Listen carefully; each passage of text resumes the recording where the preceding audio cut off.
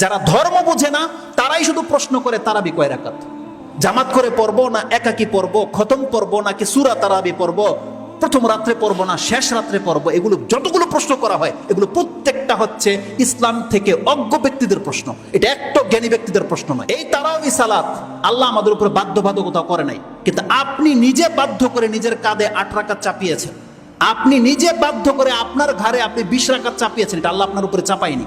অথচ ব্যাপারটা কি ছিল, যেই ব্যক্তি কোনো রাতে যদি অন্তত পক্ষে 2 রাকাত নামাজও পড়ে, এটি তার কেমন লাগে।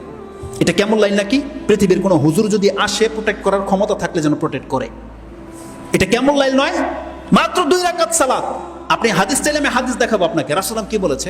যদিও রাসূলুল্লাহ 2 রাকাত করে পড়তে বলেছে, কিন্তু কোনো ব্যক্তি যদি আজকে রাতে সক্ষম নয়, সে মাত্র 2 রাকাত পড়তে সক্ষম, সে কি কেমন লাইলে নাকি পাবে না?